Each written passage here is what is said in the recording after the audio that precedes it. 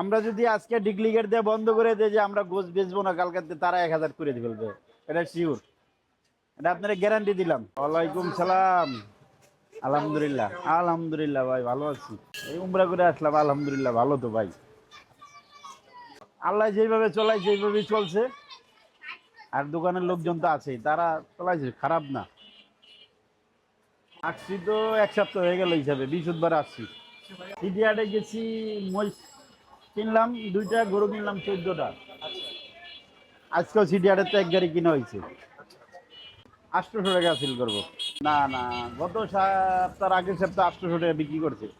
একটু গরু মহিষের দাম বেশি এখন ভাই। কিনা ভাই 2টা 5,40,000 কিনা, দাম বেশি বর্তমানে।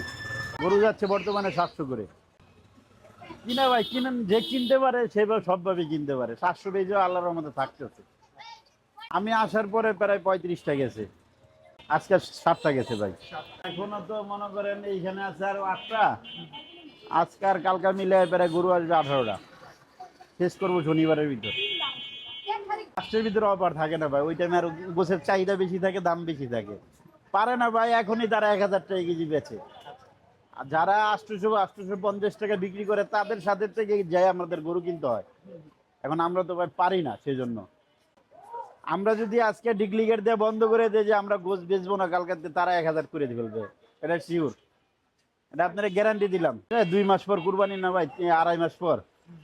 সেজন্য একটু দাম বেশি। এখন তো অনেকে ধরে রাখবে গরু, কুরবানিতে বিক্রি করবে, সেজন্য। আর এই বছর একটু গরু কম আছে। হ্যাঁ, এই বছর অন্য অন্য বছর থেকে কম আছে।